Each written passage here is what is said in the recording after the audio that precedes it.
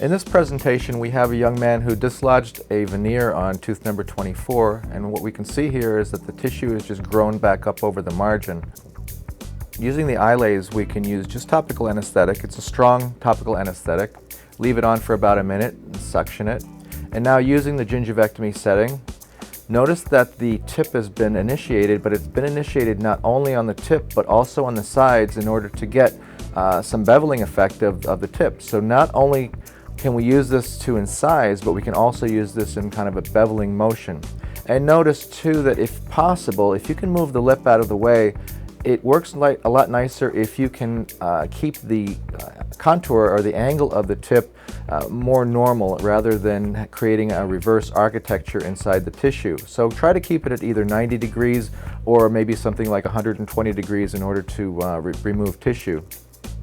And then here, after the tissue's been removed, actually troughing in here so that we're able to get a nice impression, and then we're going to end up re-cementing the patient's dislodged veneer temporarily until we get the new prosthetic back from the lab.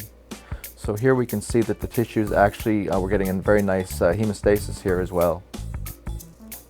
Also notice too, while we're working, I take the tip out of the tissue quite often, and the reason for that is to allow the tip to kind of reheat. Every time you put the tip back into the tissue, it tends to quench and cool down the tip. So notice how many times that we're taking the tip out of the tissue, and each time we do, the tip ends up re-energizing and having the appropriate amount of laser energy to be delivered back into the tissue.